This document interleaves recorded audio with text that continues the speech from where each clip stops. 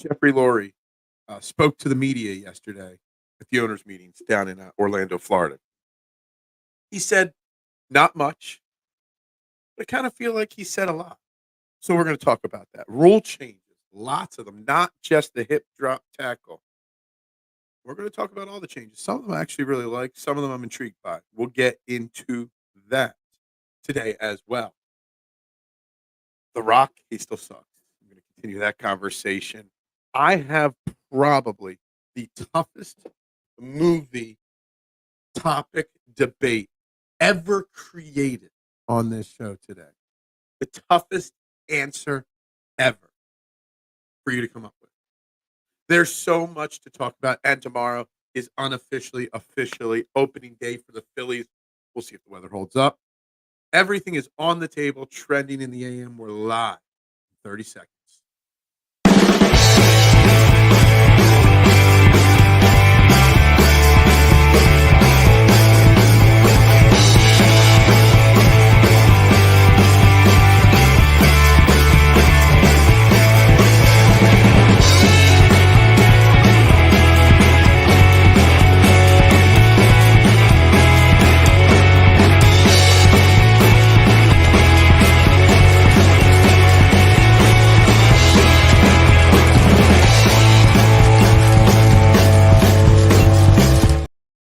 And a very good morning, everybody, and welcome to Trending in the AM right here on Philadelphia Sports Network. We are live.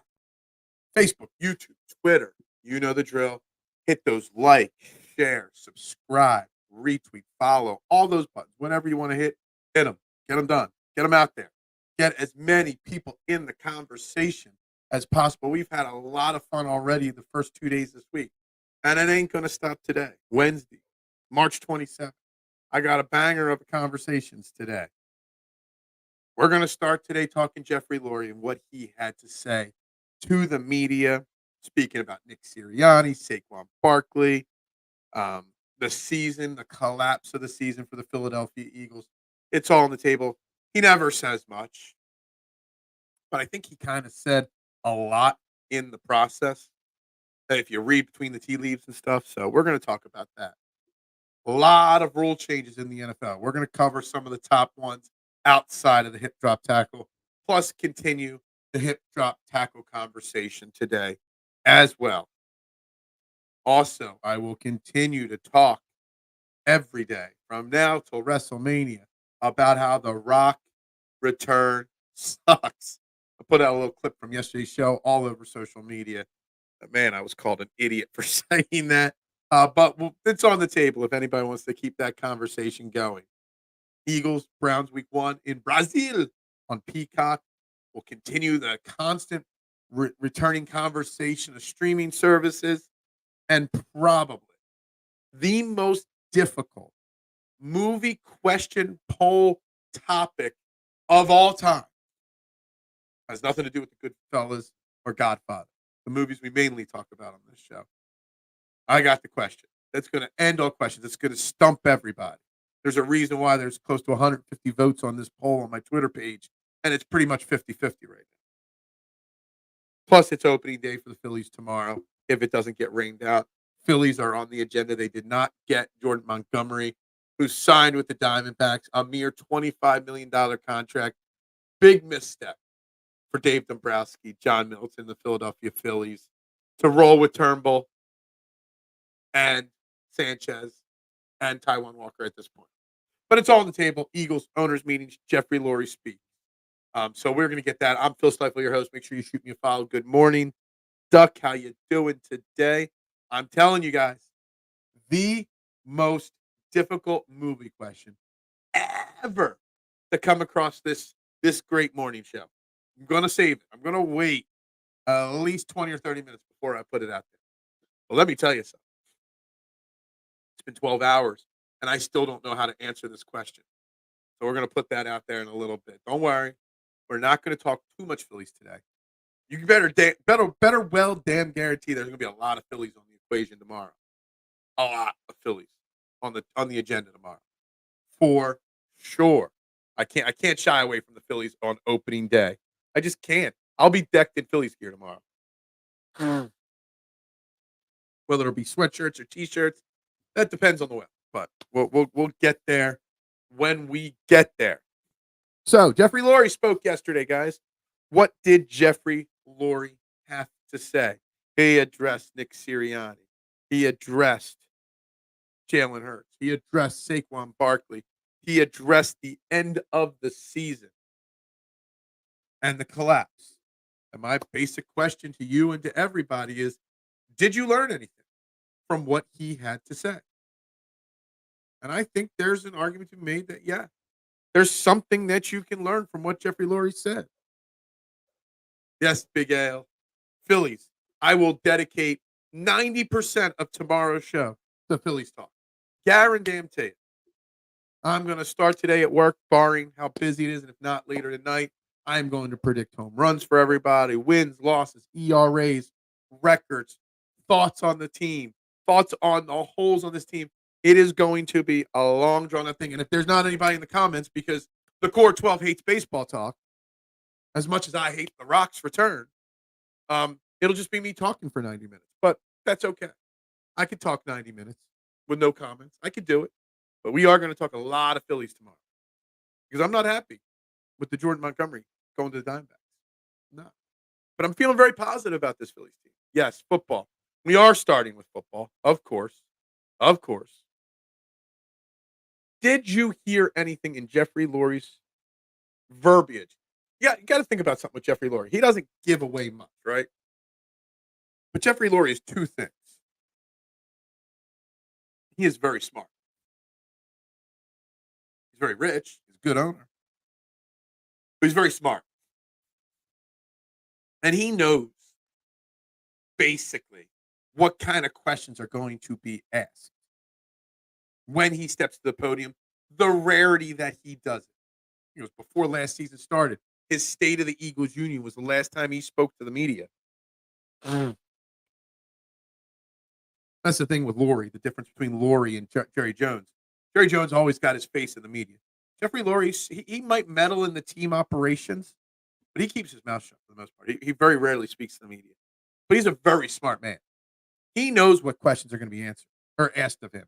And he perfectly formulates his answers ahead of time to know how to give an answer, but not give too much away.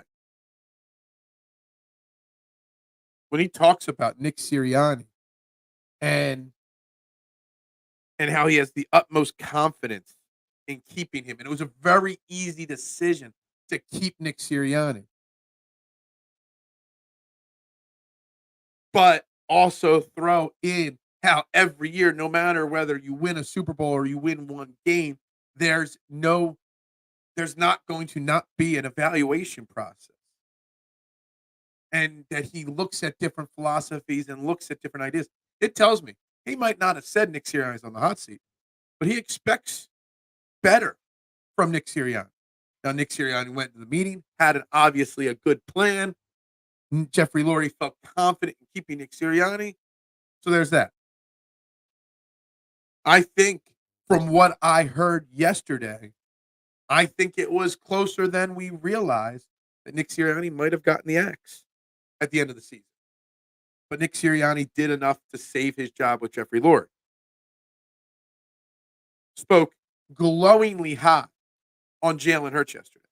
Not just the specific words, but if you read between it, any of the idiot outlets out there saying that Jalen Hurts might be a mistake or they overpaid him or this or that, or there's problems with Jalen Hurts, there's not.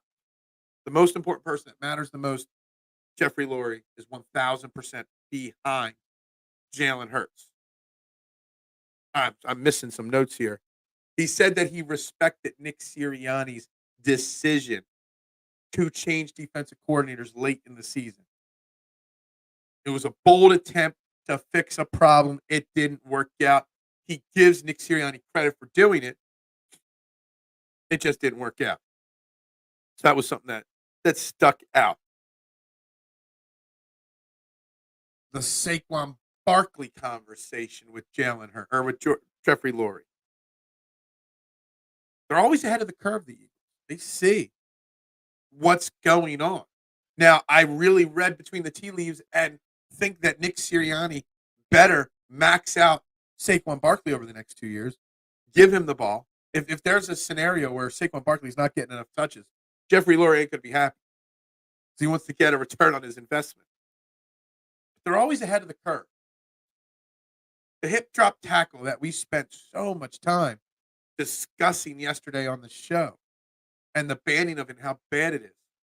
Well, one of the positives for the hip drop tackle being banned is the fact that running backs, ball carriers in general, especially ones that are great at fighting off tackles and never go down easy, are going to have the benefit. It's going to be even harder to tackle them. Saquon Barkley is a guy that is going to massively benefit from the hip drop tackle banning. And they saw that coming. Jeffrey Lurie knew that there was a chance that happened. He also reiterated something that we all forget about as Eagles fans. That, yeah, while we haven't paid a running back in a while, we have paid running backs in the past. We've paid LaShawn McCoy. We've paid Brian Westbrook big money. We've brought in Darren Sproles and Murray in the past, big name running backs. So there is a scenario. This is not the first time they've done it.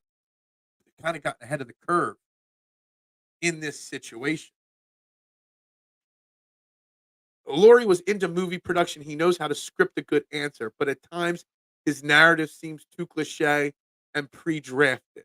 Well, he still is into movies. I think he has won an Oscar since the Super Bowl even. And he does script his answers. And they do sound like he's reading from a script sometimes. But you can I think he is so smart that he wants to give us something. So he phrases things in a certain way that even you and I, if we really listen to it, can find out a little bit more. And I feel that on the Saquon Barkley, Nick Sirianni conversation after listening to yesterday's, conversation or interview or press conference, whatever you want to call it, that Saquon Barkley better get his touches this year or Nick Sirianni's going to be held accountable. Even though he's not the offensive coordinator, we still don't know what this scheme is going to look like. But better use him because Jeffrey signed in that check, and Jeffrey wants a return on that investment. You also can hear him say nothing about the Haason Reddick situation, but he did throw in a little positive word. It's going to work out pretty good. Don't worry. Can't really say what's going on with the negotiation. Got to keep that private. You throw that. It's going to work out okay. Don't worry. Or positively, or whatever words you use. For some reason, I have nothing written down about Haason Reddick's point that he made. So you can read between the tea leaves.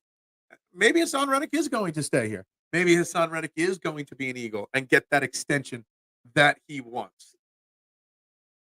Or he's very confident in what Howie Roseman's doing, and he already knows what kind of a package we're going to be getting in return for Haason Reddick and knows that we won't be complaining about.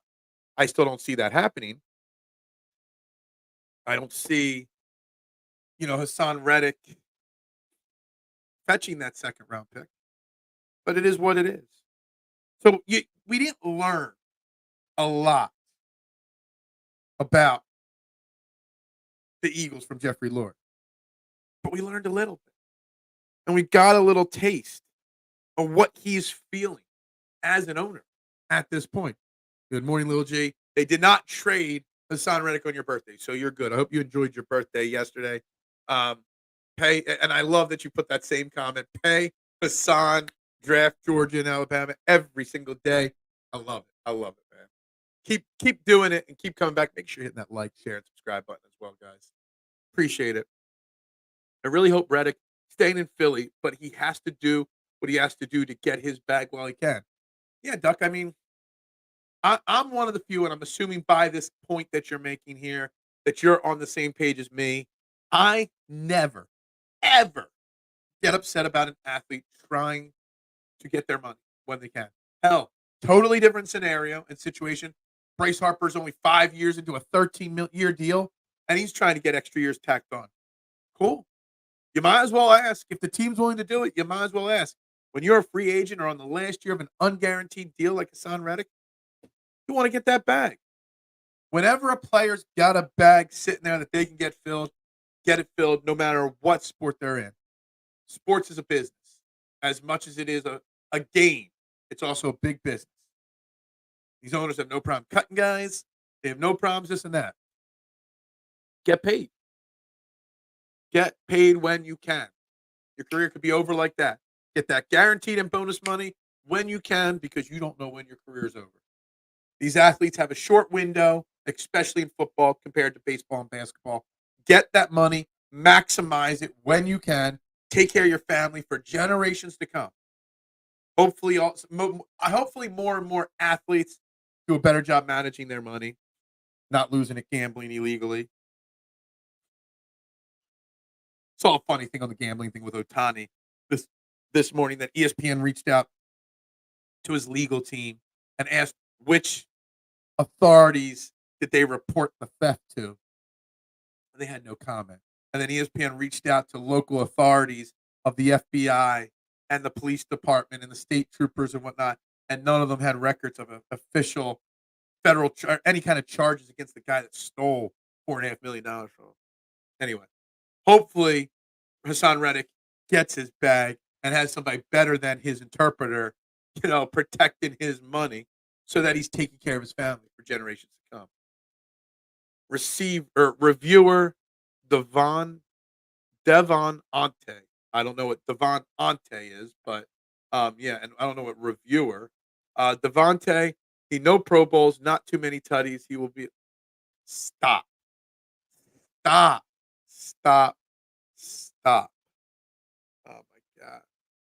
my God. But Haason Reddick, Jeffrey Lurie didn't seem as worried about Haason Reddick as we as Eagles fans. Again, A, that either means he knows an extension is coming. Maybe they're just working out the finer details of it.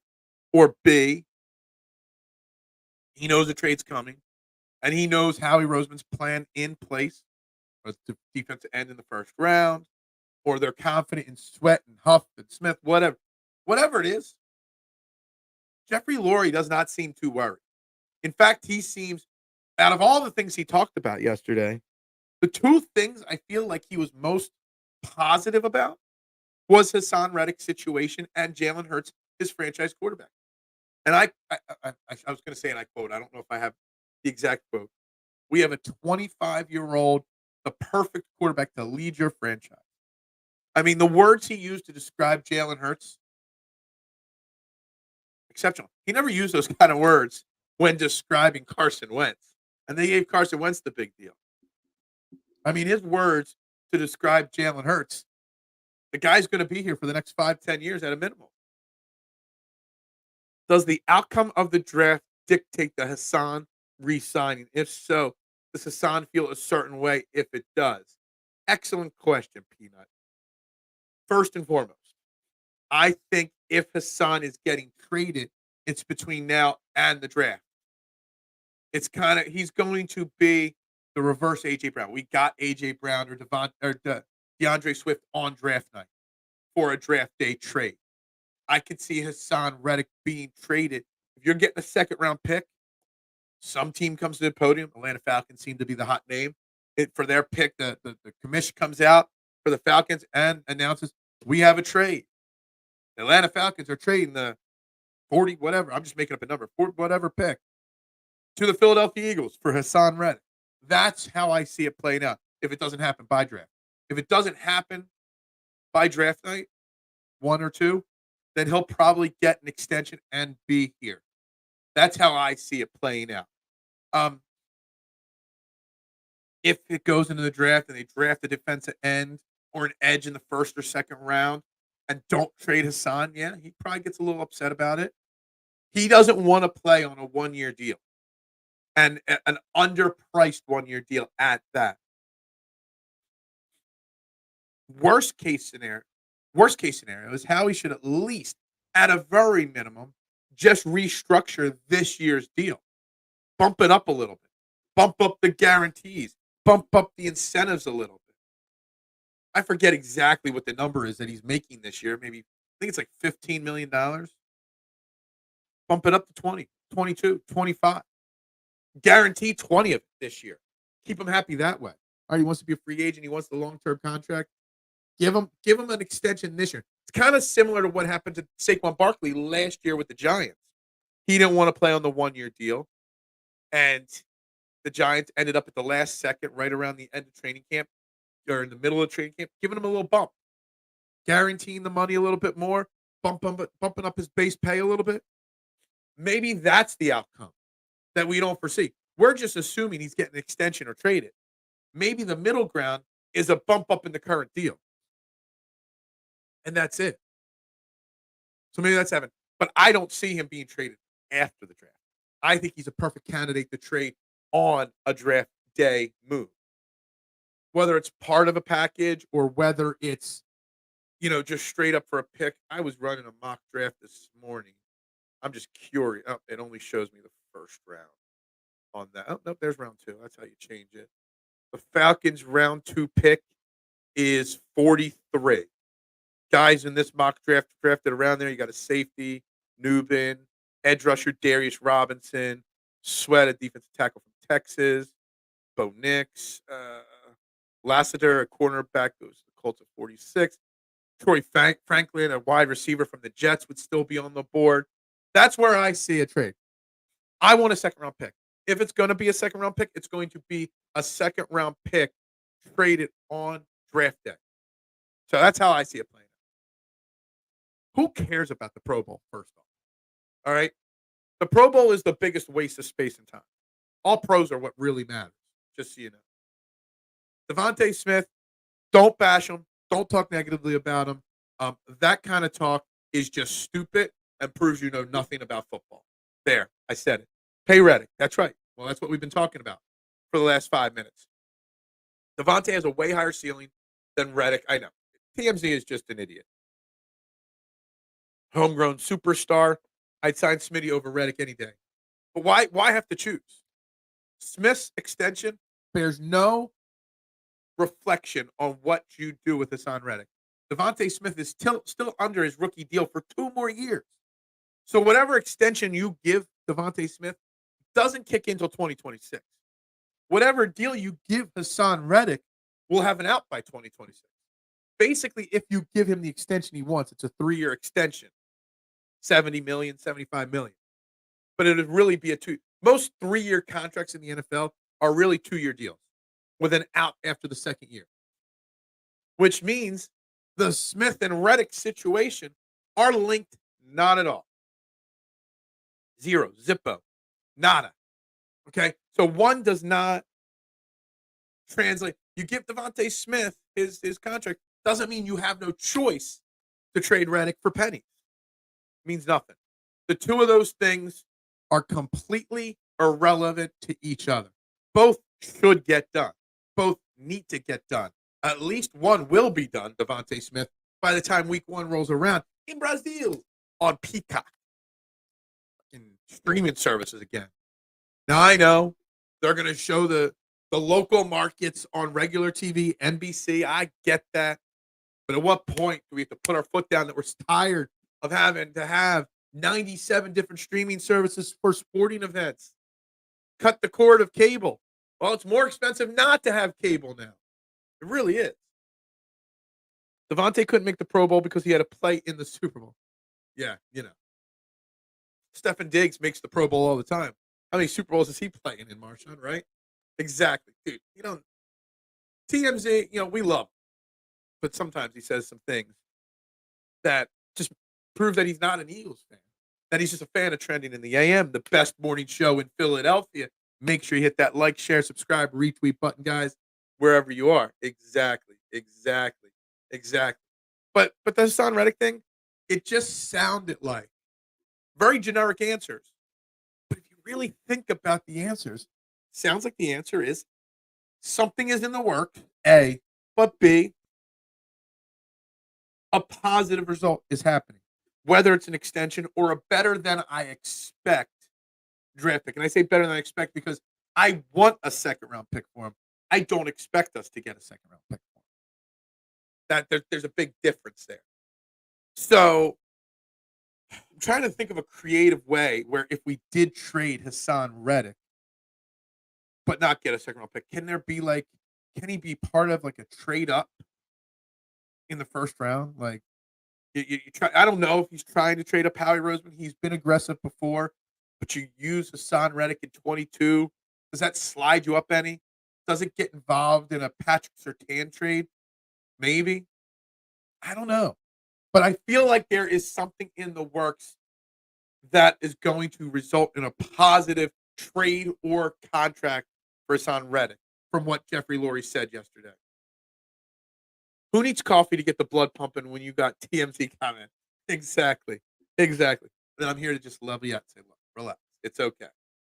Well, I need more coffee. So pause, please. Coffee is going to be a vital part of my life for the next month, even more than normal. Surtain might be an Eagle. Look, we're like on the same page here, Martian, because I just kind of hinted at that. It's like, so you can't get a second round pick for Haason Reddick, probably. A third round pick to me is not worth moving on for Haason Reddick. But can Haason Reddick, I don't want to call it a pot sweetener, but does Haason Reddick move the needle in a Patrick Surtain trade? 22 and Reddick, and maybe some later picks. Is that enough to get Patrick Surtain? Now, I don't know why the Broncos would want Haason Reddick. I don't know why Haason Reddick would want to play in Denver. He wouldn't have a choice. They'd either have to extend him or retrade him or cut him. But the Patrick Surtain trade on draft night, it could happen. Now, I see a lot of rumors and not rumors, I shouldn't say rumors, content creators pushing the narrative, because that's what it's narrative. Not rumors coming out from any of the major guys like Adam Schefter or anything like that. That's not that's a rumor. When Adam Schefter, or one of those big name guys, says there's a potential thing here, there's a rumor there. Wouldn't just content creators say it. It's them just throwing shit to see if it sticks. But there's one of them started it, and they're all pushing it now, is J.C. Horn. J.C. Horn would be getting the dollar store version of Patrick Surtain. And it would cost a lot less. But no, if you're going to make that move, you go get Patrick Surtain. And does the Haason Reddick as a piece somehow come into it? Or you make two trades, Haason Reddick for X pick, and then that pick and our pick for Patrick Surtain. Maybe that gets the job done. If we come out of the first round or the draft with Patrick Surtain, no Haason Reddick, and only one second round pick, say Cooper, just for hypothetical speaking, God damn, I'd be a happy person. I'd be really happy. And then that 10.5 win total that we were discussing, the over-under on yesterday, would be smashing the over. That happens. That 10.5 number is going to go up to 11.5 like that. Cornerbacks in the first round always had me worried about not panning out. Yeah, some of them lately have done well. You know what you've got in Patrick Surtain. You know you got to pay him, but you know what you're going to get in him.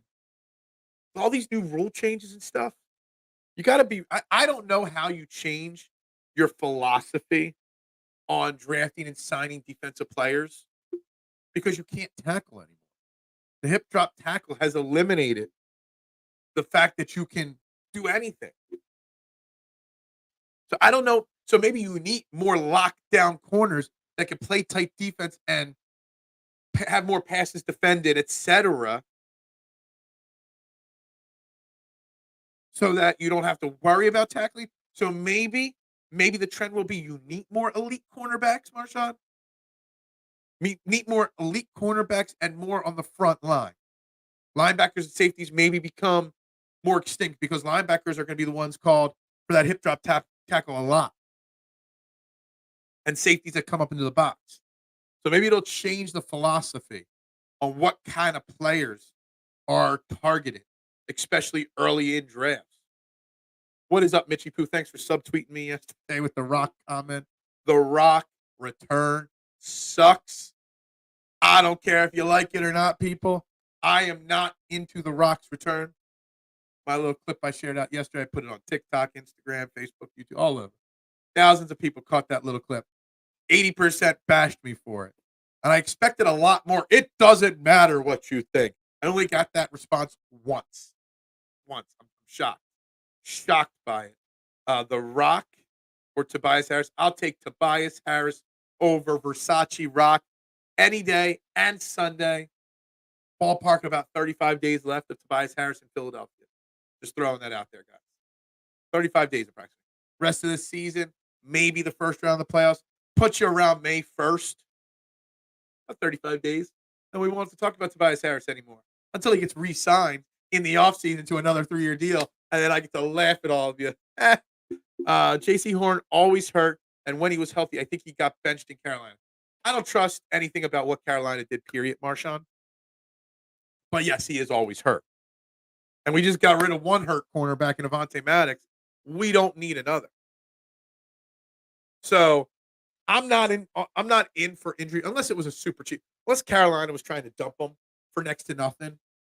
I mean, they misread people's trade values all the time. I mean, they had a first-round pick offered at the deadline last year for Brian Burns, and they turned it down, and it ended up only getting a second from the Giants for him.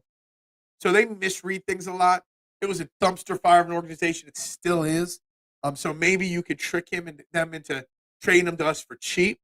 But again, he's always hurt. So he couldn't be a guy you rely on. Patrick Surtain, he's the guy I want. No offense to the first-round corners. I think you just roll with if you're going to draft one of those cornerbacks in the first round at 22, 26, somewhere around there, I'd rather just go with what we got and improve the edge, the defensive tackle, grab an offensive lineman, grab a wide receiver. Because you still have Slay, Bradbury, Isaiah Rodgers, Keely Ringo, and Eli Ricks. You got and Zach McPherson. You got 6 cornerbacks on your team that can play. And maybe under this new system works out. So I'm either going and getting the home run swing, Patrick Surtain, or I'm rolling with what I got and improving other areas of this team. That's just where I'm looking. You've technically invested in that position with Ricks, Ringo, Rodgers, and McPherson. It's time for them to step up. That's all there is to it. Do you really need physical defense in today's NFL? No. You need a lockdown. What do you need in today's NFL on defense? You need lockdown corners that you don't have to worry about them making tackles because the balls aren't completed. And you need guys that are going to pressure the quarterback to make him make mistakes.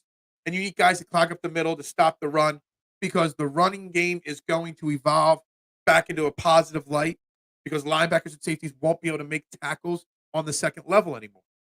You're not going to see many hip drop tackles from a Jordan Davis to get flagged. You're going to see them from Devin White. So you need to build up your defensive line and you need to get lockdown corners. In my opinion, that is where the defenses are now. Linebackers mean even less now. Safeties may start to mean even less now. Final boss beat the crap out of Cody. Yeah, I mean, it was kind of entertaining, that part. But the promos, terrible. I'm not buying The Rock. I'm not. It's his worst acting job since he was the Tooth Fairy. All right? And he's had a lot of bad acting jobs over. Current Rock proves how bad of an actor Dwayne Johnson is. That is actually the correct answer why I hate The Rock's return. It's proving how bad of an actor he is. Before he started acting, becoming a movie superstar, original Rock, it was unique, it was new. Now it's just Dwayne Johnson acting. And he's a bad actor. Just saying. I wonder if Rock has to sign off on anything personal related drama for Cody. Rock seems to have all the clearances to go. Yeah, anytime you're attacking somebody in wrestling's family, like I think Becky Lynch was attacked on verbally, something like that. All that stuff gets cleared ahead of time. Family is one of those things that you've got to get permission. You don't do that unless you get permission from your opposite in that situation. I need a physical backup running back. LeGarrette Blount was so impactful. Yes, I know it will upset K1 if he was watching, but yeah, I still think Kenny Gainwell is not the answer, and I almost still believe what I said jokingly before, that he might be on the trade block. You need a powerful physical backup to Saquon in case he misses time. that could fill the same type of role. You could keep Kenneth Gainwell as a third running back, maybe, but I don't know. You probably end up drafting one somewhere in the NFL draft in later rounds, in my opinion. I don't like The Rock's return. Did you miss all of yesterday's show when I bashed him nonstop? The Rock says it doesn't matter what I think. Panthers play on turf. All their players are hurt. Yes, they do. Pass rush, according to Mark Milsitz, is that the most important position building a defense? It has been for a while, Mark, but I think it's now being elevated with the new rule changes to be even more important than ever before. Which why getting rid of Haason Reddick and his 27 sacks over the last 2 years could be a massive mistake if they did it. But Jeffrey Lurie speaking yesterday made me feel confident that something positive will come out of this situation. Speed on perimeter defense for sure. And big, the return of the 350-pound nose tackles and speed.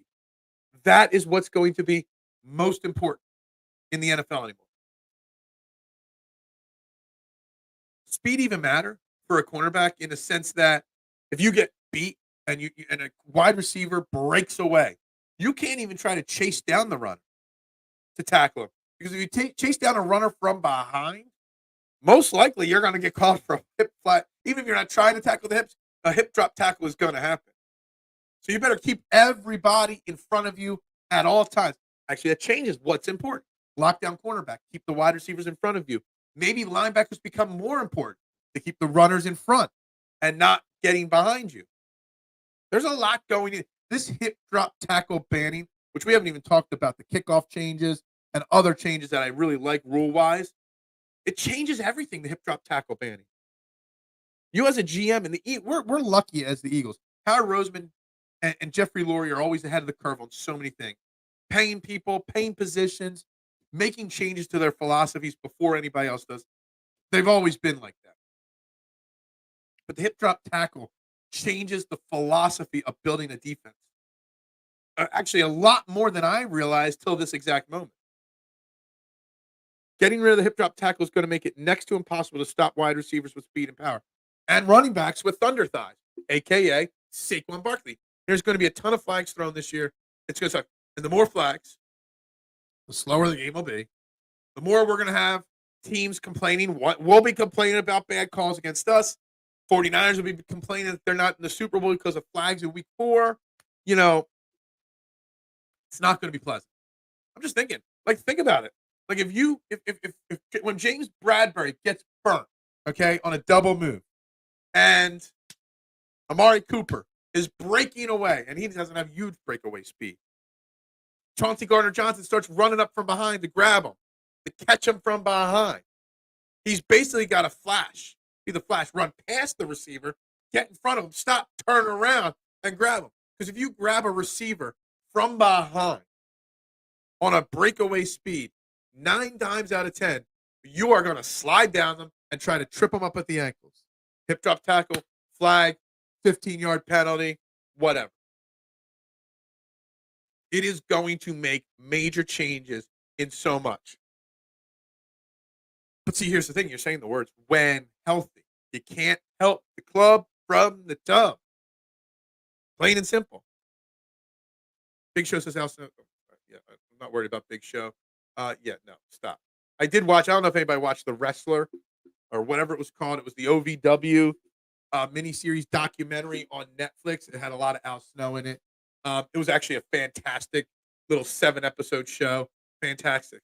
It doesn't matter what Phil thinks. I'm surprised that more people didn't comment on my videos like that yesterday. For the facts that someone can even say, do you really need physical defense, shows the game I love is getting soft. I agree. And it's not going to turn into flag football. I mean, it's going to feel like flag football, but they would never do that physically. But what it does is it changes things. As a team, your philosophies, you got to prioritize different things on defense, and you got to prioritize different things on offense. You got to prioritize speed on offense more. You got to prioritize strong guys with strong lower bodies that can break tackles. Like, the whole philosophy of building an NFL team now changes, and I'm glad we've got Jeffrey Lurie and Howie Roseman, who are always so analytically on top of that, beating the curve to these changes. I don't sit in the rule committee. What I got to do with the NFL? Yeah, exactly. I wish I would not have done that. I don't think the new tackling rule will stand because it would just be ridiculous, or they will keep all receiver lower and make cornerback attack the line. Well, it's going to be there for this year. Maybe they adjust it after 1 year, but it's not good. It's not good. Not trying to troll. Just the league and players don't think Devontae is worthy of All Pro or Pro Bowl. Devontae Smith, stop. You are trolling. Obviously, he's not as good as Justin Jefferson or AJ Brown yet, or Devontae Adams. There's only so many All Pro spots. He's a top 10 wide receiver in the NFL. So stop. Number 0 came from the Eagles. What? I'm fan of team, not player. Take Trey White. Diggs is overrated. Well, Diggs is not overrated either. Your evaluation of wide receivers is not that great. You have a dumb friend named Cheddar Bob. Yeah. What is up, Dimitri, my brother, Philly sports fan, looking for a cool space to join on here. Join in every day. The tagline of this show, where your opinions actually matter. There's so much on the equation there. We're talking Eagles. We're talking everything here. Tired of these random spaces with disrespect. We don't disrespect. We discuss. We discuss a friendly, fair conversation every single day here on this show. Yeah, so that's what we do here. I thought you would be a team like no, not at all. On another note, y'all see what Barkley said to Kelce. I did. I want to change something here. I don't remember exactly the wording of it though. Peanut. So I want to throw a little fun. We're going to continue this. I want to get into rule changes in a minute, but I'm going to throw something into the conversation here that I guarantee is going to dominate it from a non-sports perspective for the second half of the show. Last night, yes, I was not watching Flyers hockey. Was not. Flipping through the channels, flipping through the clicker after Fairway to Heaven. Check out the replay. Same place you're watching this. Best golf podcast there is in the business. Myself and Jason. Sahith Tagala winning the Texas Children's Houston Open. That's my pick, 20-1. You can get that number on DraftKings. Link to my DraftKings account below if you want to sign up. But I was sitting there flicking through the clicker last night on TV, and I got to AMC, and the one and only Ace Ventura, Pet Detective, was on TV. And it's a banger, man. It still makes me laugh now. 30 years later, still laughing my ass off. And while I'm watching it, it got me thinking. I put a poll out there on Twitter, and I want to go here onto my Twitter profile, and I want to pull up to see what the latest votes are, okay, on it. All right, we're up to 149 votes on this poll. Take Jim Carrey's, in my opinion, 3 most famous movies: Ace Ventura, The Mask, Dumb and Dumber. Okay, Ace Ventura, The Mask, Dumb and Dumber, and put them up against in a 1-versus-1 competition against, in my opinion, Adam Sandler's 3 best or most famous movies: Happy Gilmore, The Water Boy, and Billy Madison. And whose are better? Who was the better prime movie comedian? Now, oddly, I had no idea Ace Ventura, The Mask, and Dumb and Dumber all came out in the same year, 1994. That's crazy that Jim Carrey put out 3 bangers like that in the same year. Sandler's 3 that I named, Gilmore, Madison, and Waterboy, were from 95 to 98. Right now, almost 150 votes. It's 54-46. Jim Carrey's leading just a little bit. And most of the comments saying they voted for Jim Carrey because he put out all 3 in the same year. Kind of imagine how busy 94 was for Jim. 93 in the filming, 94 in the promotion of those 3 movies. God damn. I'm throwing that into the equation, and we're going to start talking rule changes on top of the hip drop tackle. Go Jim. Brandon Bean says he and others agree to hip drop. Yeah, okay. Like crown helmet rule, it's for legal. Okay. When did Ace Ventura become a classic? You do not like Ace Ventura? That's. Am I reading that right? Ace Ventura is not a classic movie. It's a classic. It's a banger. Still flies today. It will be enforced with fines, not penalties. What the hip drop is going to be a 15-yard penalty. Well, everyone is real friendly around here. Best line. Yeah, it is a great line. Um, be sure that you do drinking out of the toilet. I could have you didn't put no. There's a lot. There might be movies that are better than the three for each that I need. But I was thinking mid '90s, and I was thinking the movies that are on TV the most popular, the most not common, the casual fans. Like not everybody has seen the Truman Show, but everyone's seen Dumb and Dumber. Well, I would say a lot more people have seen Dumb and Dumber than the Truman Show. A lot more people have probably seen Ace Ventura than the Truman Show. So I went with the most famous movies of their things. Not necessarily the best, but the funniest and the most not the funniest, the most popular. So no, I could have put there are plenty of other great Jim Carrey movies. Hell, I'll put Jim Carrey on In Living Color above all his movies. Jim Carrey, not actually, it wasn't Jim Carrey. His name was still James Carrey at the time. On In Living Color, nothing better. But he put out those three movies in 1 year. Now, movie by movie, I think Adam Sandler's three I named, Madison, Waterboy, Gilmore, are better than Ventura, The Mask, and Dumb and Dumber. And barely, but they are. But three in 1 year? It's crazy. I've heard a rumor about this. They're doing it for Netflix because Happy Gilmore. Adam Sandler's got a deal with Netflix. I don't know how I feel about it. Have to wait and see what they even do. AMC is American Classic Movie Channel. Yeah, is it? Good morning. What's up, NFL Reality Check? How you doing? Tom Ace. It's mostly old black and white movie channel. Yeah. Man, I don't think I can just toss a vote on that one. Broken down over the course. I know. I put out probably I had at least 5 people comment on the poll saying this is too tough to answer. They had more. They needed more time to think about it. And I just think Jim Carrey wins out because he did all 3 of them in the same year. It doesn't classify. Okay, all right. I think I get what you're saying. It's still a damn funny movie. Damn funny. Said they agree to the rule change. Yeah, I get what you're saying. I hear you. There's a lot of people who agreed with the rule change because it was voted and passed. A promised enforcement with fines, not penalties. The hip drop tackle will be a 15-yard personal foul penalty, not a fine. Okay.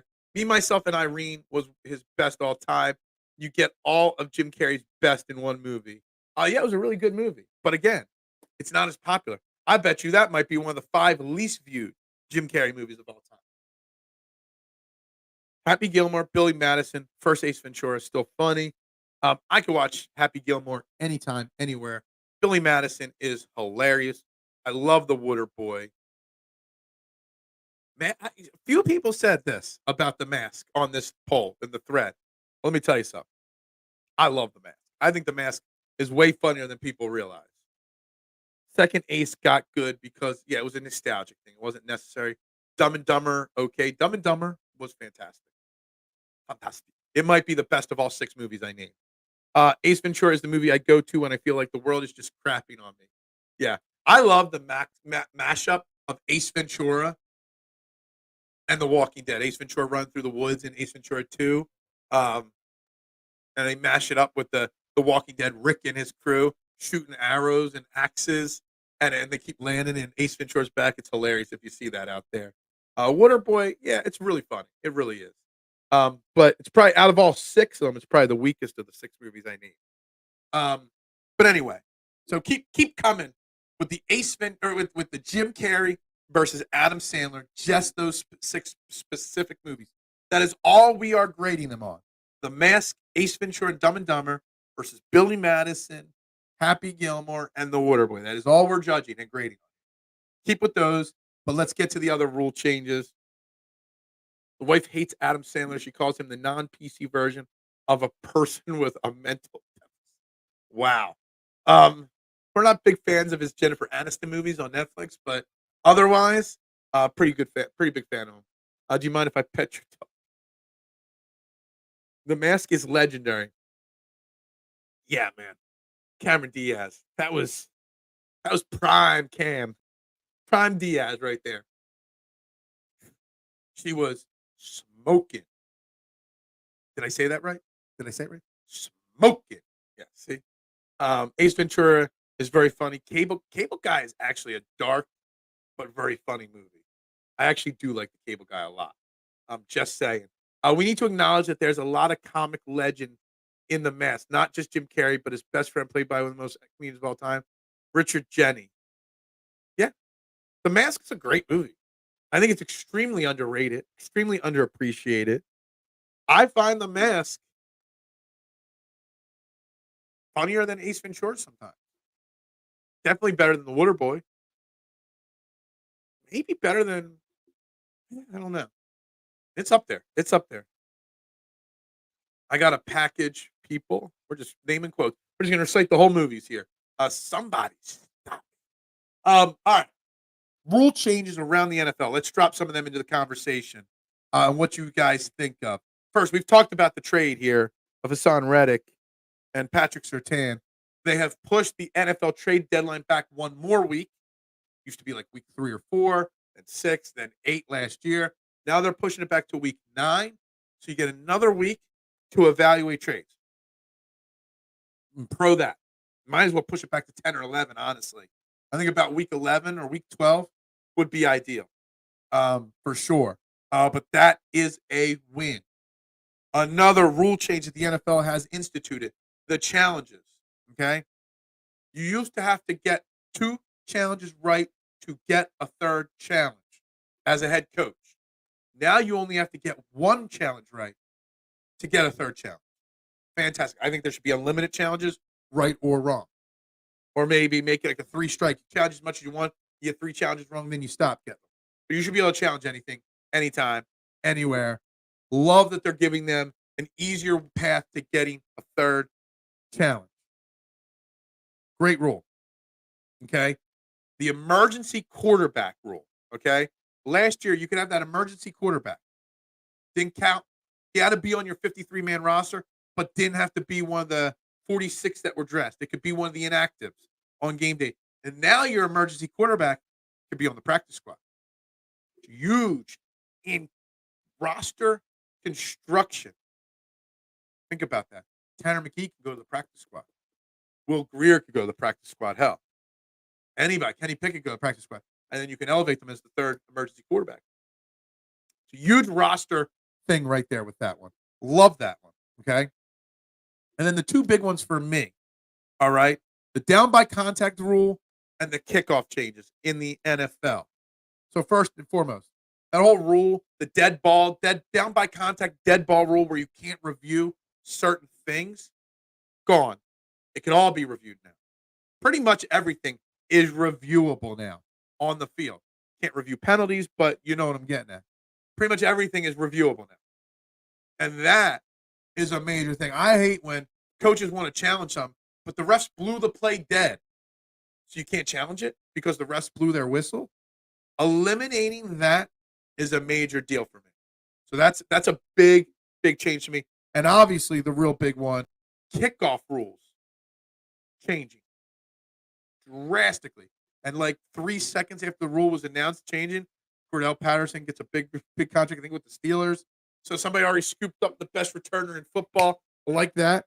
So now there's new rules that they're adopting the XFL kickoff rules where players can't start running until the ball is caught by the catcher, but they're closer to him. They're going to create an opportunity to keep kickoffs safe, but maybe make kickoffs more exciting. I think it's a fantastic rule change. That's a tip of cap to the XFL for coming up with this idea. Do I think it'll stay forever? I don't know. It's going to be temporary. It could be temporary, but it could work. I think it's a fantastic kickoff rule change. I love everybody's opinions on it. Fire back through these comments. Collectible said, hold the phone. Kill at 3 o'clock.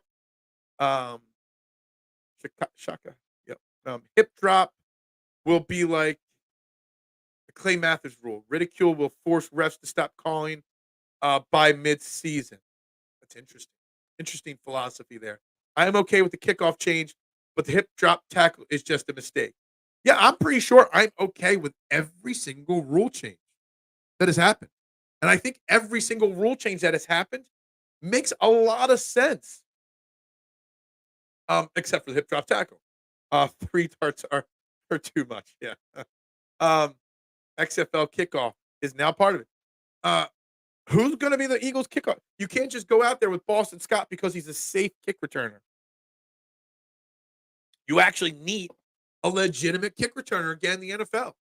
Teams are going to be scrambling for guys that can return kicks now. We might see an Eagle player get a kick return for a touchdown this year when he rips out the mechanical rhino's butt and scares the family. I can't even get through saying it, okay? 3 darts. I like that take on the emergency quarterback to the practice squad too, but I don't like the 49ers created the original rule from last year was created because of the crybaby, not the Cody crybabies, but the 49er crybabies. Okay? The San Fran crybabies. But the practice squad part of the rule, like Tanner McKee had to be part of the 53-man roster all year last year. Now he doesn't have to. Love it. It's fantastic. Opens up a roster spot if you want it. It's a critical rule change that's going to kind of go under the rug a little bit because people aren't going to realize what that does to roster construction. And I'm surprised. We talked in the first quarter of the show about how Howie Roseman and Jeffrey Lurie are ahead of the curve on so much. I guess nobody saw these kickoff rule changes coming. Because if they did, Howie would already have a solidified kick returner on this roster. Who on the current Eagles roster, because Boston Scott's a free agent right now, and he can come back, but he's not an exciting kick returner. He's okay. He's average, adequate. Maybe with the new rule changes, he's better at it.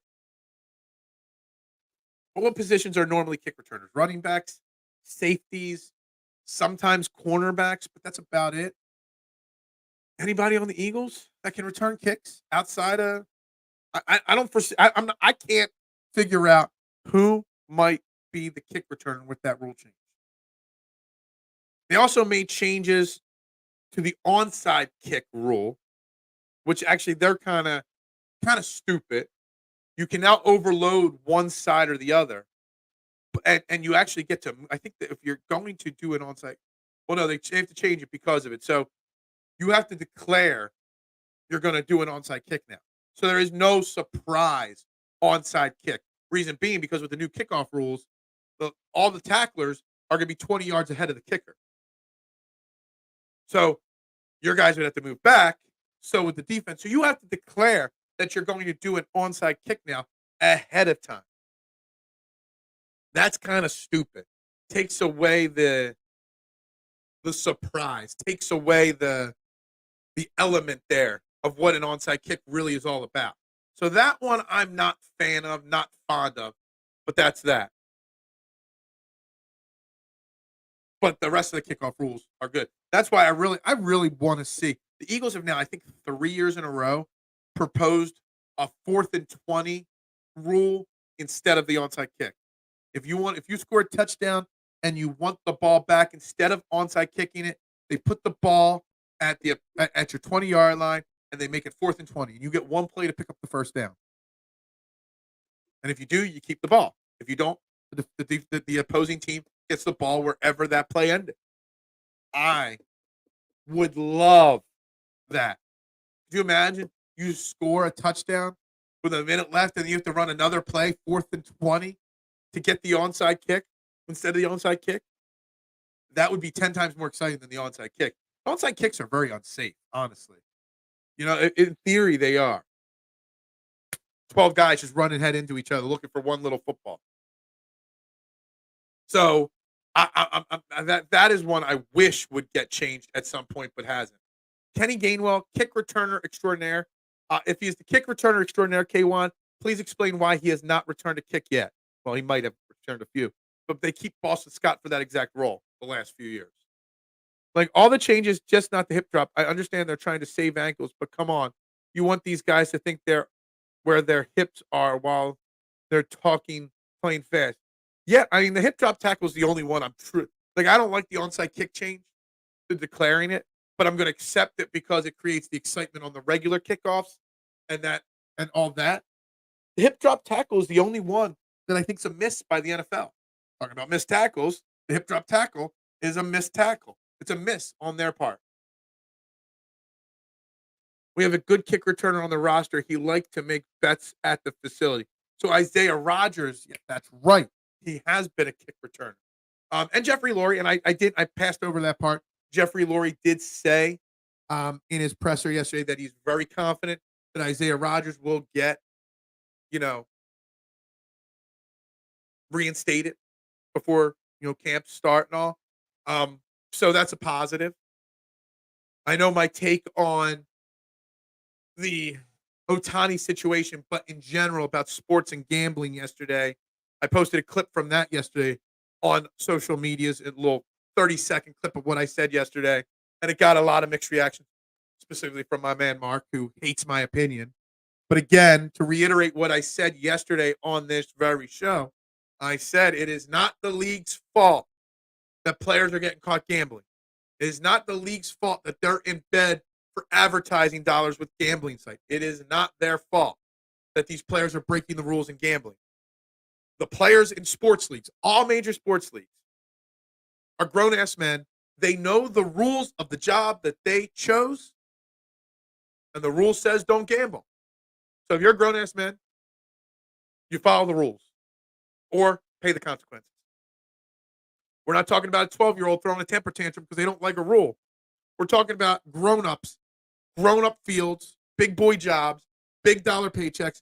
Follow the rules. It's not the team, owners, or league's fault one iota. I got more mixed reactions on that than I did the Rock sucks video I posted. Just everyone told me I was stupid for the Rock one. The other one had a lot of other things. Tackling. I get what you're saying, my man. I do. I understand. When the April 8th eclipse occurs and the shaven beard returns, the great prophecy of the knowledge will occur. That sounds really deep right there. Way too deep for me. But guys, you're watching Trending in the AM right here. Philadelphia Sports Network. Like, share, subscribe, retweet, follow. Wherever you're watching, interact with the show. You get a lot of people watching on Twitter. Not a lot of comments. We've had a few today from Twitter. Drop those comments. We're talking Jeffrey Lurie talking. Saquon Barkley, Haason Reddick, NFL rule changes, Phillies opening day, Sandler versus Carey, and the Rock sucks. Oh, and Phillies opening day. Again, I'm going to reiterate that Phillies opening day is tentatively mañana. For those that don't know, mañana means tomorrow in Espanol. If you know, you know. It's an inside joke that I make a lot. Not on this show, but in general. But anyway, Sandler versus The Rock. Sandler versus Carey. The Rock sucks. Opening day. It pales in comparison. We're talking rule changes. So Isaiah Rodgers would be slotted as of now because Boston Scott's a free agent still. Isaiah Rodgers. I'm gonna have to look that up after the show. Isaiah Rodgers, kick returner. I know I remember reading that he did it a lot in college. I don't know if he did it in his rookie year with the Colts or not. But I think it doesn't even matter because the NFL has done away with kick returns in general. But now they're trying to bring it back, and I think that's good. So they're making changes to protect players for more offense, and this kick return could create a lot more offense, a lot more scoring, so to say. But again, you get a fast, speedy kick returner or somebody like Cordell Patterson that could break tackles nonstop. Kick special teams is going to be more important, but also, the kick returner, you start to get that space. That hip drop tackle is going to come into play on kickoffs massively. The Eagles have made a lot of fringe moves too, linebackers and safeties, guys that we don't really know. They're not starters, whatnot, but it's to improve the special teams too. A lot of these like smaller signings the Eagles have made are prime special teams players. So Howie has known that this could happen, and he made sure to make moves so he continued to grow as a special teams unit on a tackling end of the equation. Interesting. Interesting for sure. Dak not being re-upped. Yes, Dak Prescott, that's word coming out of the Dallas Crybabies camp. Jerry Jones and Dak Prescott are on the same page. And it looks like Dak Prescott's going to be playing on the last year of his deal. Is that accurate? Is that what I read? Dak Prescott and their coach McCarthy, both on the last year of their deals. Jerry Jones basically, there's a scenario in my head where Jerry Jones is basically punting on this. They still have a lot of talent on the Dallas Cowboys. Dak, CD, Micah Parsons. Diggs will be coming back from his injury, I'm assuming. But they're basically punting on this season. They've made no free agency moves to improve their team. They don't have extra draft capital. They basically don't have a coach or a quarterback after this season, unless Trey Lance is that guy. Basically, Jerry Jones has gone to McCarthy and Dak and be like, yo, do the best you can this year. If you do well, we'll talk. If you disappoint me, deuces. I love it. Now, I still think Dallas, even in that turmoil situation they're in, are the second best team in the NFC East behind the Philadelphia Eagles. Yes, I think the Eagles win the NFC East. They're hands down the best team in the division overall. I don't think Washington or New York at this moment, come week one, I could be a different opinion on that. But at this moment, I don't think either of them are ready to take that jump to second in the division yet. Saw rumors floating from some of the Washington Commanders people out there that they might not even draft a quarterback with their early pick, which would be a mistake, probably. But we'll see. But the Dak and the McCarthy and the Cowboys being in a difficult situation for their franchise, it just brings a smile. It doesn't make me laugh as much as Ace Ventura did last night. Okay, put me in, coach. That's going to be Dak Prescott when he gets benched for Trey Lance. Put me in, coach. Is Dak Prescott going to be the next Ray Finkel? It makes me laugh. It couldn't have happened to a better franchise. This kind of downfall. But I kind of feel like Jerry Jones is punting on the season. They'll still be the second best team. Maybe they won't be a playoff lock. Maybe they'll be a 9-18, 10-17, and battling for one of those wild card spots. Maybe 10-7 is still battling for the division. Let's be honest. At this very moment, the Eagles are about a 10 or 11 win team, so it still puts them in the hunt for the division with the Eagles. It's funny. I'm saying they're punting on the season, but I'm still saying that they're going to be a 10-win team. It goes to show. Dak is mid, for sure. I agree. But he's a solid mid. He's the upper, 15, that's the mid. He's in the just above the 15. Dak Prescott is still better than a lot of quarterbacks in the NFL right now. But there are a lot of quarterbacks that I would take over Dak Prescott. I also wonder if Dak was in a different organization, would he be a better quarterback? Dallas has just been a dumpster fire for a long time. 8 likes, and 2 of them are from me. Mitchie Poo.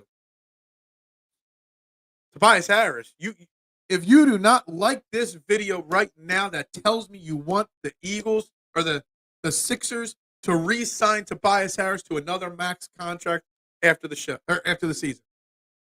That's what you're telling me by not clicking the like button right now.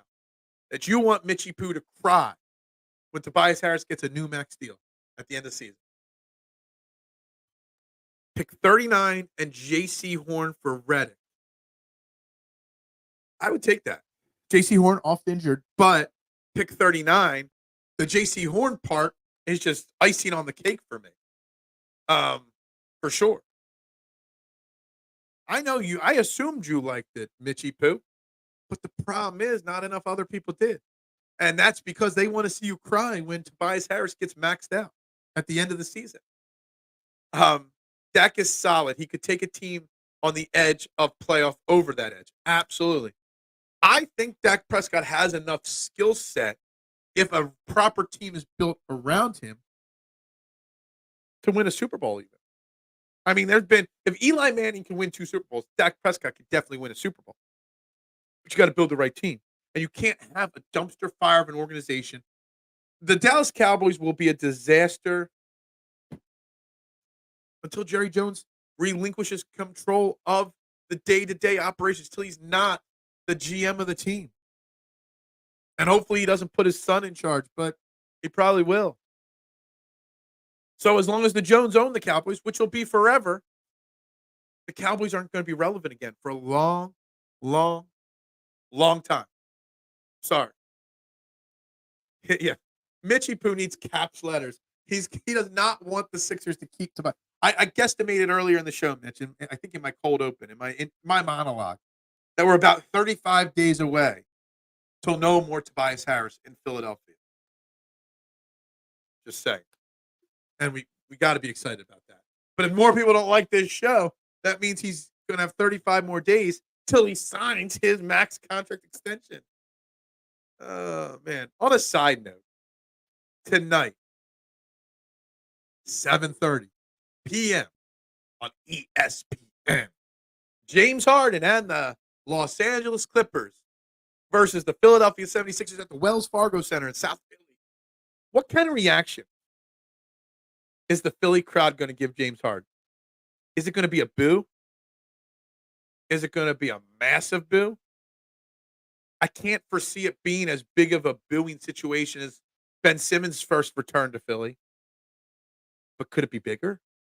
I don't think so. Will he get a smattering of cheers? Because there were a bunch of Sixers fans that didn't want to trade James Harden. You got the Joel Embiid haters out there still that wanted Harden to stay and Joel Embiid to go. As my movie question, Waterboy, Happy Gilmore, and Waterboy, Happy Gilmore, and Billy Madison versus Ace Ventura, The Mask, and Dumb and Dumber. What is a better trio of movies? That's an answer I can't answer. I have no idea the correct answer to that. Just like I have no idea what kind of answer to the question of what will be the reaction to James Harden when he gets introduced tonight to the live people. Will there be a little golf clap, a smattering of booing, a loud boo?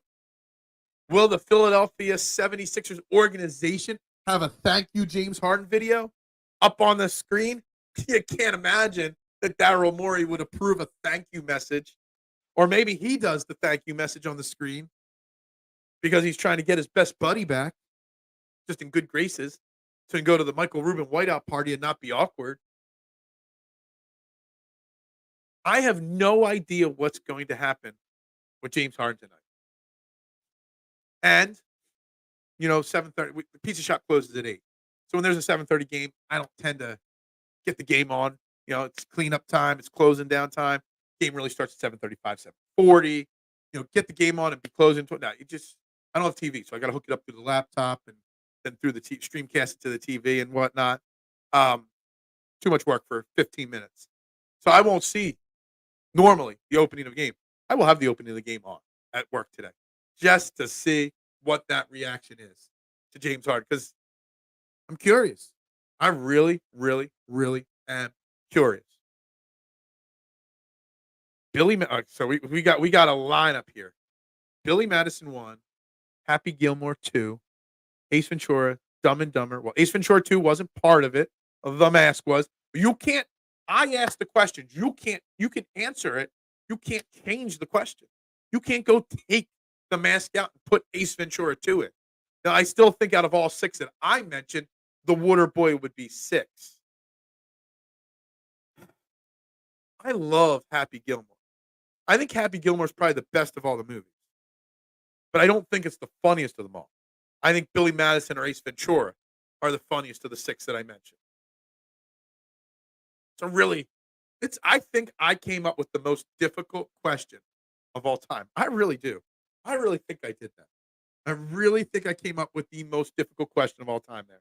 I really do. But the James Harden situation tonight, do we even care? Do Sixers fans care enough to boo James Harden tonight or cheer him tonight? Like, do we? Like, to an extent, I think, like, we're so, like Marshawn's always says, who cares about the Sixers anymore? Like, we're just waiting for the season to end. Like, I feel like at the same point at, like, the beginning of the process are, just get the season over with. We're gonna make the playoffs, play-in series. Maybe we get that 8 seed, when all is said and done and the play-in series is over. But most Sixers fans don't care. A lot of Sixers fans don't even want to see Joel Embiid come back. But do Sixers fans care that James Harden's returning tonight? What kind of reaction will there be? I mean, to me, if I was at the Wells Fargo Center tonight, I might drop a smidge of a boo, but I wouldn't be losing my voice booing James Harden. I also wouldn't be cheering. To me, he's just another opponent that's coming to the Wells Fargo Center trying to beat us. I can watch the following whenever they are on, almost every time: Waterboy, Gilmore, Ventura. The others I have to be in the mood for.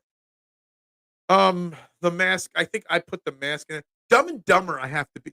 Dumb and Dumber's one of the funniest of the 6 I mentioned, but I also have to be in the mood for Dumb and Dumber because there's some annoying scenes in Dumb and Dumber. And also, when it goes on, I have to be in the mood to sit for the full 2 hours because I'm going to watch the entirety of it. The others I could put on at any other time and watch 15 minutes and have no problem getting up and walking away. Get a couple chuckles and that's it. Say who, say what, Saquon, that's who. Say who, say what, Saquon, that's who. Say who, say what, for who, for what. I thought you were trying to make a for who, for what comment there for a second. I don't know what's going to happen with James Harden tonight. I wouldn't be shocked if James Harden doesn't play tonight.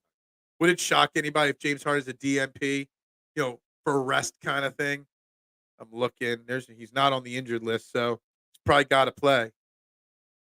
Kelly Oubre better be back for tonight. That would help the Sixers. The Sixers are 5.5-point dogs at home tonight against the Clippers. Not that anybody cares about the Sixers. We care about our Eagles. Where are we? I know it's opening day tomorrow, and I know everybody here hates talking Phillies. But you care more about the Phillies' upcoming season than the remaining of the Sixers season? Is there a scenario where people care more about baseball at this very moment than basketball, just because we know the disappointment for basketball is coming in 3 to 4 weeks? The end is near. This is the end. Do we just not care because of that? I don't know. I don't know. I care more about Phillies right now because the future at the beginning of the season is brighter than at the end of the season, like the Sixers. Man, I need a Core 12 wake up call during spring break. Good morning, salute. What is up, Eric? You missed a fun show. You missed some of the most difficult questions of all time on this show today. And you know what? I'm going to repeat the one again for Eric if he's just walking into the show. You can put only 3 movies against 3 movies. Adam Sandler, The Waterboy, Billy Madison, and Happy Gilmore versus Jim Carrey's Ace Ventura, Pet Detective, The Mask, and Dumb and Dumber. What are you choosing and why? It's tough. It's neck and neck. There's a reason why this poll, the vote, is neck and neck. I gained 4 more votes on my poll since the show started, and they've gone 2 and 2. It is literally that close. We care, my guy, about the Sixers. Okay. I don't seem to care right now about the Sixers personally. Well, I shouldn't say I don't care. I don't feel emotionally invested. I'm emotionally invested in the Phillies because I think the Phillies can win a World Series this year. I do. I really do. Now, I'm disappointed that they didn't get Jordan Montgomery to round out their pitching rotation, but I fully expect by July, a month before the trade deadline, when we know where this team stands and where the weaknesses are truly, starting pitching and relief pitching, that Dave Dombrowski will have the go-ahead from John Middleton to make a major trade if necessary. I do. I do. So I fully expect the Phillies to be buyers at the deadline. I fully expect them to be in the hunt come October. I fully expect them in the playoffs. Now, can they win the division over the Braves? I doubt it. The Braves are a better regular season team. And B, we get to everyone keeps saying, oh, the Phillies are going to start hot this year. Well, they're 9-15 in spring training. Not very good. They start slow. Somebody, I forget which content creator, maybe it was Luke. I forget who it was. Somebody put out there the Phillies have been like 10-15 on average the last 3 Mays. And if they go 500, they win 90 some games and they win the division. Let me tell you something. It's been 300-400 years in a row. The Phillies have started slow in April and May. Just like that, pretty much the same team. It's not going to change. They're slow starters. And they heat up as hitting weather heats up. So I don't know. Well, man, I might have to go with Jim because 3 are yeah, and I'm leaning towards Jim Carrey because Jim Carrey put out all 3 of those movies, Eric. You might not realize this. They all came out in the same exact year, 1994. And I had a double fact. I went to IMDb and then elsewhere to double check. Madison or Sandler's 3 came out over a 4-year span. Yeah, 4-year span. Jim Carrey put out 3 bangers in 1 year. Shocking. I know. It's the hardest question, not who to pick for the Texas Open or the Eustis Open this weekend for PGA. It's not as tough as debating whether the hip drop tackle is a good rule change or not. It's the hardest question I've ever brought to this show.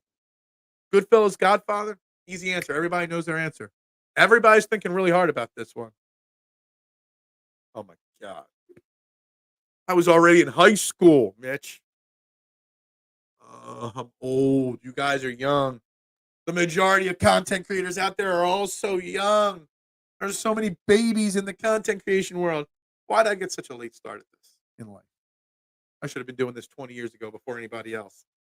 Then I wouldn't feel so old. Right? Well, I'd feel probably older now. But the fact that you were born the year those movies came out, then it has to be Jim off that alone. Dude, I did not believe it when I first saw it, Art. I didn't. It was a major double. I don't fact check much when I read. I just assume it's right. I had to fact check that. Put out 3 movies in 1 year. And they're all cult classics, commercial success, and fantastic comedy. And they still stand the test of time. They do. Think about it. Jim Carrey had Courtney Cox before Friends, had Cameron Diaz before she blew up. Think about it. Did Adam Sandler ever have a girl, like an actress, in one of his movies before she was famous and then blew up? You can almost directly give Jim Carrey the credit for their career success, maybe. I don't know. I'm just making that one up. I'm spitfiring, guys. We're going to start the wrap-up process, like I said, a couple minutes early every day this week as we get set for some big changes in the coming days and weeks. Okay? Just saying it. Tomorrow, on this very show, be forewarned. Baseball it is. I got a fresh page of paper here. All my over-unders, all my predictions for the 2024 Philadelphia Phillies will be discussed on this very show. My final win prediction, which last year I projected 87 wins. Forget where they finished. Pretty close. Projecting more this year, but not many. Okay? Home runs, MVPs, a poll I ran last week on Twitter. The results of that poll question. I got lots to talk about, Phillies-wise. And we are going to dive into it all tomorrow. I'm sure Philly stuff will come up tomorrow, or Eagle stuff will come up. And we'll touch on it. But I'm dedicated to the Phillies tomorrow. I will also call out The Rock and how much he sucks. Actually, no, I shouldn't even be calling out The Rock. I should be calling out Triple H and WWE for putting The Rock down my throat every single day. Like, I don't want to see him anymore on my TV screen. He's being force-fed, shoved at us far too much already. And I'm over it. So I blame them for giving The Rock the platform. I blame the TKO for putting him on the board, putting him in this position. I'm over it. The Rock return sucks. I'm sure I'll say that 4 more times tomorrow on this very show. At a minimum, probably 4 times. We covered the rule changes. We covered Jeffrey Lurie's conversation today. I would love to see what he means about Haason and Reddick. It'll all work out in a positive way. Tomorrow, we'll be back. If you guys need more time to think about the Jim Carrey versus Adam Sandler question, you could bring those answers tomorrow to the show. If you're watching this on replay and you want to give me your opinions, make sure you tune in live, 8 a.m., Monday through Friday, right here on this very channel for now. We'll be live. You could bring those conversations. Make sure you check out yesterday evening shows. Fairway to Heaven, right here on this very channel. Talking the Texas Children Houston Open. Sahith Theegala winning the event. To Scotty or not to Scotty. Flipping the Birds had a great show last night as well. Talking Eagles draft prospects. Check them out. Check out Liam is back doing a lot of draft prospect video breakdowns. Make sure you tapped in. Make sure I haven't said tapped in a long time. Shout out to DSM for that one. That's just one of those little things that I said so many times it just came out. Mitchie Poo, when you was born, I was walking the streets of Coatesville hey Eric, I just bought a house in Coatesville actually. Make settlement, not this upcoming Monday, next Monday. Just bought a house in Coatesville, Strasburg Road. Settlement April 8th. So yeah, I'm going to be a Coatesville boy in the coming weeks. But anyway, guys, we're going to wrap up Trend in the AM right there. Like, share, subscribe, retweet, follow. Mitchie Poo. I don't know if we're over 8 likes yet. But again, if we didn't get to at least 15 likes, it means that Tobias Harris is getting maxed out and it's your fault. But we're going to wrap it up right there. Trending in the AM, Philadelphia Sports Network. I am Phil Stiefel. That's my social media handle. If I'm on it, I'm there. Thank you very much, Eric. I appreciate that. It's a big deal. We're really excited for it. But everybody have a great day. Enjoy Wednesday. Thursday, we're back.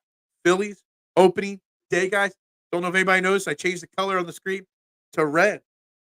It's not red October, but we're painting the city red today and tomorrow and the rest of the week for opening day, guys.